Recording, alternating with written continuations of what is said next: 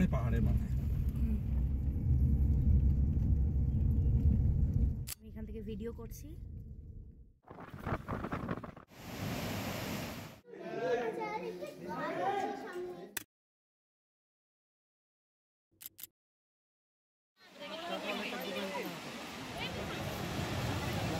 এটা বেশ, এটা বেশ।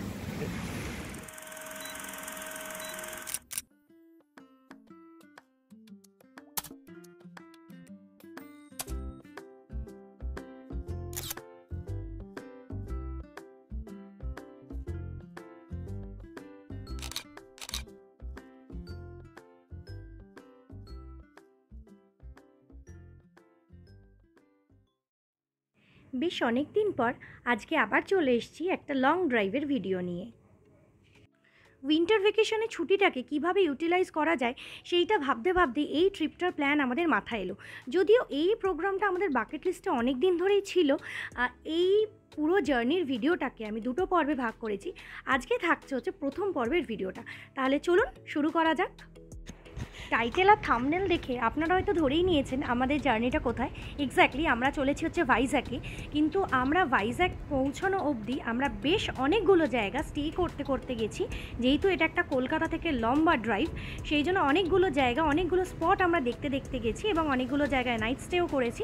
সেই সমস্ত জায়গার ডিটেলস থাকছে আমার আজকের এই ভিডিওতে। তাহলে পুরো ভিডিওটা দেখতে থাকুন। কলকাতা থেকে খুব আর্লি মর্নিং স্টার্ট করে ভুবনেশ্বর ক্রস করে প্রথম নাইট স্টে আমাদের ছিল হচ্ছে চিল্কার কাছাকাছি বারকুলে। বারকুল পান্থনিবাসের একদম কাছেই ছিল অবস্থিত আমাদের এই রিসর্টটি। এর নাম ছিল হচ্ছে চিল্কা হেরিটেজ রিসর্ট। চিল্কা পৌঁছতে পৌঁছতে আমাদের অলমোস্ট 4:30-5টা বেজে গেছিলো। সেই জন্য খুব তাড়াতাড়ি আমরা লাগেজ রেখেই বেরিয়ে পড়লাম চিল্কা লেকটাকে একটু এক্সপ্লোর করার উদ্দেশ্যে। লেকে পৌঁছানোর সাথে সাথেই দেখতে পেলাম ওখানে বেশ কিছু ওয়াটার স্পোর্টস চলছে, কিন্তু আমরা সেইগুলো কিছুই অ্যাভেল করিনি। আমরা লেকটার চারপাশটা বেশ অনেকক্ষণ হেঁটে বেশ কিছু ছবি তুলে ফিরে এলাম আমাদের রিসর্টে। আমরা যে রিসর্টটাতে ছিলাম তার একদম কাছেই ছিল হচ্ছে বিখ্যাত চিল্কা ধাবা। চিল্কা ধাবাতে গিয়ে চিকেন, চিংড়ি আর কাঁকড়া সহযোগে ডিনারটা জাস্ট জমে গেছিলো। রাত্রিবেলা রিসর্টটাকে কি সুন্দর লাগছে না? আজকে আমরা একটু আর্লি মর্নিংই স্টার্ট করেছি। আজকে আমাদের গন্তব্য হচ্ছে দেওমালি হিলটপ, যেটা কোরাপুটে অবস্থিত। বারকুল থেকে যেতে আমাদের সময় লাগবে 9.5 থেকে 10 ঘন্টার মতন। রম্ভা ক্রস করে গোপালপুরকে বাইপাস করে এগিয়ে চললাম আমরা আমাদের গন্তব্যে। Gopalpur sea beach 60 kilometre.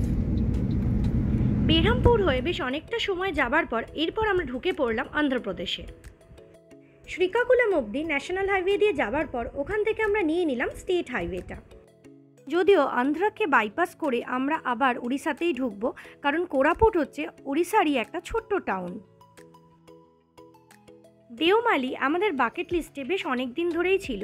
এইবারের প্ল্যানিংটা হতে আমরা এইটাকে অ্যাড অন করে নিলাম।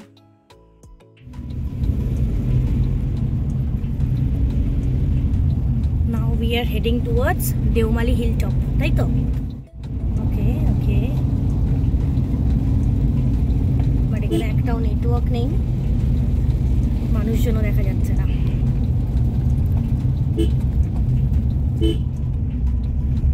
উড়িষ্যার হাইয়েস্ট পিক হচ্ছে দেওমালি।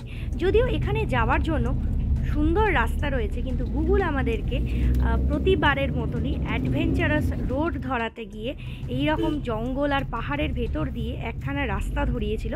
যে রাস্তাটা অবশ্যই সিনিক ড্রাইভ ছিল, কিন্তু সময়টা একটু বেশি লেগেছিল, কিন্তু আমরা এনজয় করেছিলাম পুরো ব্যাপারটাকে।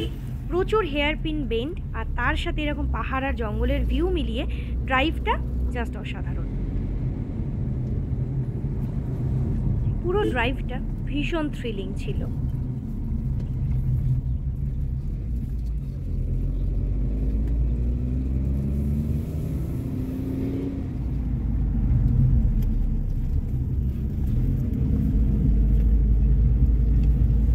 বাবা তো নেমে যাচ্ছি আর কি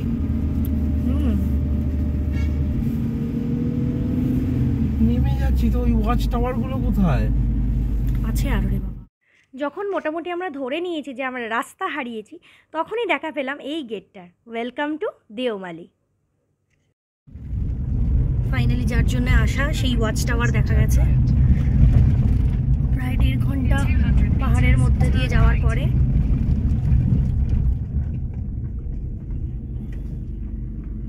অনেক নিচে একটা বাস দাঁড়িয়েছিল, সেই বাসের সব লোকজনরা সব হেঁটে হেঁটে উঠছে। বাসটা উপরে ওঠা যা করতে পারবে না।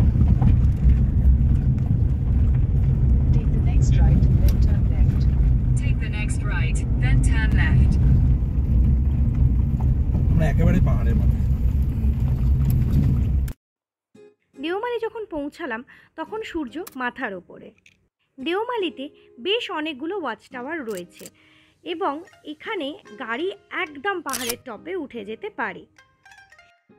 পরন্ত বিকেলে সানসেটের সময় দেওমালিকে যে কী অনবদ্য লাগছিল আমি জানি না সেটা ক্যামেরাতে কতটা আমি ধরতে পেরেছি বা আপনাদের কতটা দেখাতে পারছি, কিন্তু নিজের চোখে আমরা যে কী জিনিস দেখেছি সত্যিই বর্ণাতীত।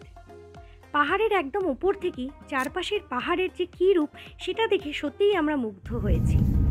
বেশ অনেকটা সময় দেওমালিতে কাটিয়ে আর অনেকগুলো ছবি তুলে আর ছোট্ট একটা কফি ব্রেক নিয়ে আমরা আমাদের ফেরার জার্নি আবার শুরু করলাম। আবার সেই একই রাস্তা, সেই হেয়ারপিন বেন্ড, সব মিলিয়ে আমরা একটুখানি আর্লি বেরিয়ে পড়েছিলাম দেওমালি থেকে। লাইটটার জন্য কি সুন্দর লাগছে না? উইন্টার ভ্যাকেশন থাকার জন্য দেওমালিতে লোকাল ক্রাউডের ভিড়ও খুব একটা কম ছিল না। যেতে যেতেই চোখে পড়লো একটা শুটিং হচ্ছে। তারপর আরও কিছুটা এগিয়ে দেখা পেলাম প্যারাগ্লাইডিংয়েরও। এইসব দেখতে দেখতে আর লোকাল গাড়ির রাশ কাটিয়ে যখন আমরা দেওমালি হিলটপ থেকে নামলাম তখন অলমোস্ট সন্ধে হয়ে গেছে। রাতের অন্ধকারে এই হিলি ড্রাইভটা মারাত্মক থ্রিলিং লাগছিল। দেওমালি থেকে বেরিয়ে আমরা যাব হচ্ছে এখন শিমিলিগুড়াতে। আজকে স্টেটা আমাদের ওখানেই, হোটেল লেমন ক্যাসেল। শিমলিগুড়া কোরাপুটের একটা ছোট্ট জনপদ, ওখানে স্টে অপশন খুব বেশি নেই, তবে এইটা একটা ছোট্ট ছিমছাম হোটেল। এদের খাওয়া দাওয়া অসাধারণ আর বিরিয়ানিটা তো মুখে লেগে আছে। পরদিন সকালবেলা কোরাপুটকে এক ক্রাশ ভালোবাসা জানিয়ে আমরা বেরিয়ে পড়লাম আবার আমাদের নেক্সট ডেস্টিনেশনের উদ্দেশ্যে। আজকে আমরা যাব জগদলপুর। সানি ব্রাইট ওয়েদার, পুরো ব্লু স্কাই একদম। ইয়েস, ক্রিসমাসের জন্য একদম অ্যাপ্রোপ্রিয়েট। এই জার্নিটাতে আমরা অনেকগুলো স্টেটস কভার করেছিলাম এবং অলমোস্ট 2800 কিলোমিটার আমাদের ড্রাইভ হয়েছিল। প্রত্যেকটা জায়গারই রোড কন্ডিশন ঠিকঠাকই ছিল, কোনো রকম প্রবলেম হয়নি। দেখতে দেখতেই আমরা চলে এলাম ছত্তিশগড় বর্ডারের কাছে এবং ছত্তিশগড় পাবলিক ওয়ার্কস ডিপার্টমেন্ট আমাদেরকে ওয়েলকাম জানিয়ে দিল। এখন আমরা চলেছি কাঙ্গের ভ্যালি ন্যাশনাল পার্কের ভিতর দিয়ে। এর ভিতরে আমরা দেখে নেব কুটুমসার কেভ আর তার সাথে তিরাথগড় ফলস। এটি ছত্তিশগড়ের বাস্তার জেলায় অবস্থিত। ক্রিসমাস ডে থাকার জন্য কুটুমসার কেভে সেদিনকে মারাত্মক ভিড় ছিল।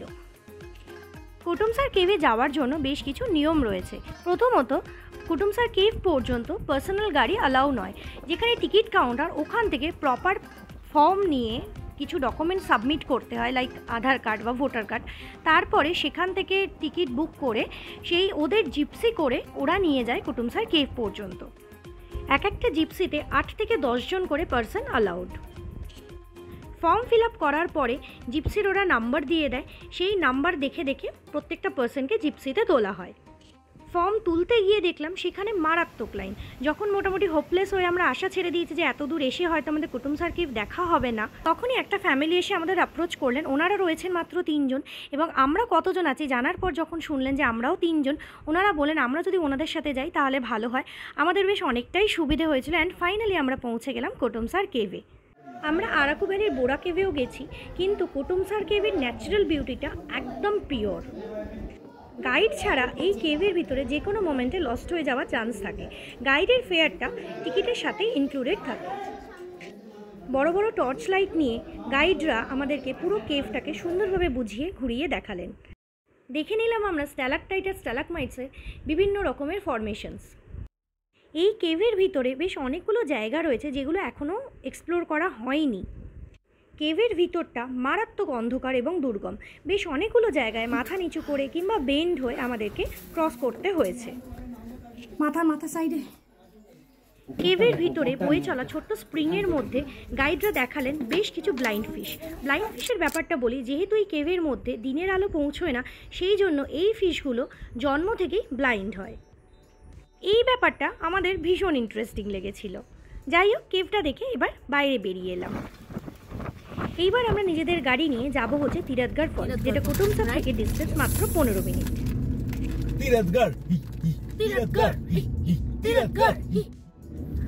তোমার কুটুম স্যারকে কিরম লেগেছে তিস্তা? ভালো লেগেছে। দেখতে দেখতেই চলে এলাম তিরাদগার ফলসে।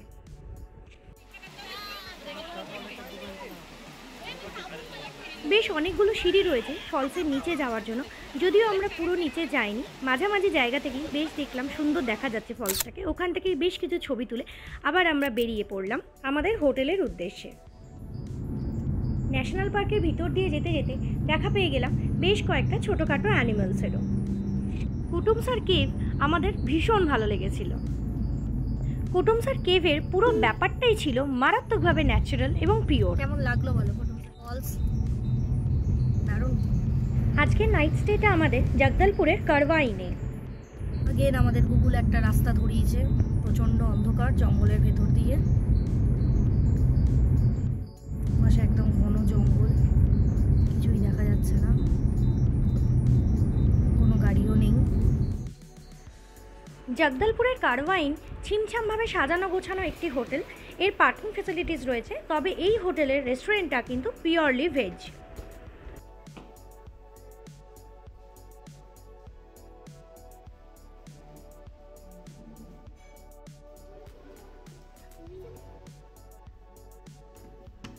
তখনও আমি রেডি হচ্ছি, হাজব্যান্ড এসে একবার তাড়া দিয়ে গেল, চলো এইবার আমাদের স্টার্ট করতে হবে।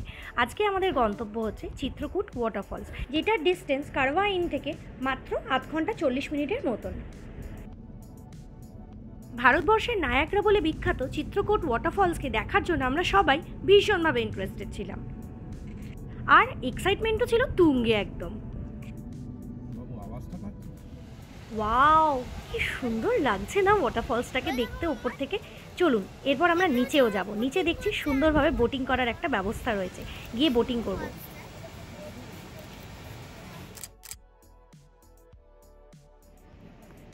ওয়াটারফলসের একদম কাছে যাওয়ার জন্য অনেকগুলো স্টেয়ার্স করা রয়েছে, এই স্টেয়ার্সগুলো দিয়েই আমরা নিচে চলে যাব একদম বোটিং পয়েন্টের কাছেও। বোটিং করব কি করব না সেটা নিয়ে আমরা একটু কনফিউজ ছিলাম, কারণ আজকে আমাদের বেশ অনেকটাই জার্নি রয়েছে। আমরা যাব আজকে আরাকু ভ্যালিতে, যেটা যেতে আমাদের অনেকক্ষণই সময় লাগবে, কিন্তু মেয়ের আবদার যে না বোটিংটা করব, ঝর্ণাটাকে একটু কাছ থেকে দেখব। সেই জন্য বোটিং পয়েন্টের একদম কাছে চলে গেলাম, গিয়ে দেখলাম ছোট ছোট নৌকার অ্যারেঞ্জমেন্টস রয়েছে ওখানে, ওরাই রো করে একদম ঝর্ণার কাছাকাছি নিয়ে যায়।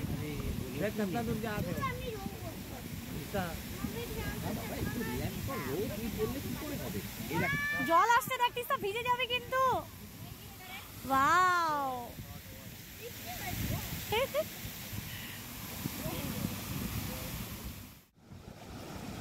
তিস্তাকে ধরে নাও এখানটা।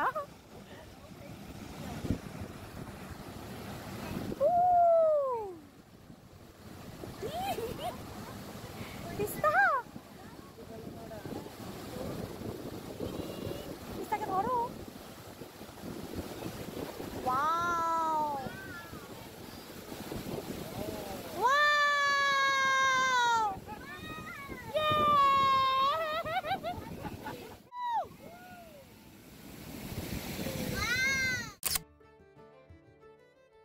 এইরকম একটা ম্যাসিভ ঝর্ণাকে এত কাছ থেকে দেখার অভিজ্ঞতা যদি আমরা বোট রাইডটা না নিতাম সত্যিই মিস করতাম।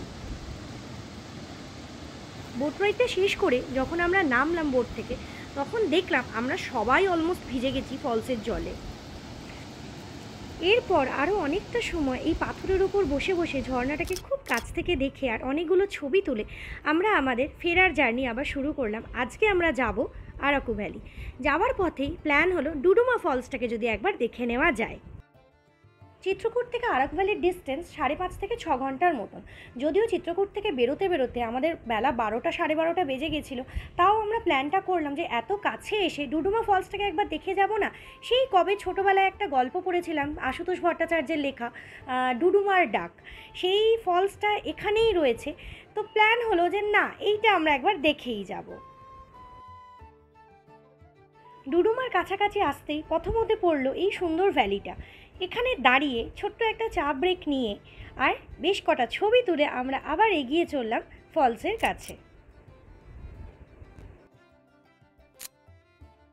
আমরা অনেকগুলো ফলস দেখেছি, প্রত্যেকটা জায়গাতেই মোটামুটি ফলসটা যে পাহাড়ে থাকে তার অপোজিট পাহাড় থেকে ভিউইং পয়েন্টটা থাকে, কিন্তু ডুডুমা ফলসের ক্ষেত্রে সেটা একটু আলাদা। যে পাহাড়ে ফলসটা ভিউ পয়েন্টটাও সেই দিকেই, যার জন্য সাইড থেকে ডুডুমা ফলসটাকে দেখতে হয়। ফলসে জলটা গিয়ে পড়ছে দুটো পাহাড়ের মাঝখানের একদম অতল খাদে, যার জন্যে একটা গুরুগম্ভীর আওয়াজও সৃষ্টি হয়েছে। সব মিলিয়ে ডুডুমা ফলস যাওয়ার প্ল্যানটা আমাদের খুব একটা খারাপ ছিল না, এটা ওয়ার্থ ইট। ডুডুমা দেখে আমরা আবার বেরিয়ে পড়লাম। এইবার আমরা যাব আরাকু ভ্যালি। আজকের পর্বটা এখানেই শেষ করি, খুব শিগগিরই দ্বিতীয় পর্ব নিয়ে ফিরে আসব। দ্বিতীয় পর্বে আমরা দেখে নেব বোরা কেভস, তার সাথে আরাকু ভ্যালির চারপাশটা, আর যাব ভাইজ্যাকের বেশ কয়েকটা সি বিচে। এছাড়া থাকবে সাবমেরিন মিউজিয়াম আর কৈলাসগিরিও। যাব একটা রেস্টুরেন্টে যেখানে টয় ট্রেনে করে খাবার সার্ভ করা হয়, আর থাকছে লাইট হাউস আর ভীমলি সি বিচ। তাহলে আজ এই পর্যন্তই, খুব শিগগিরই আবার দেখা হচ্ছে। ভিডিওটা ভালো লাগলে জানাতে কিন্তু ভুলবেন না। Thank you.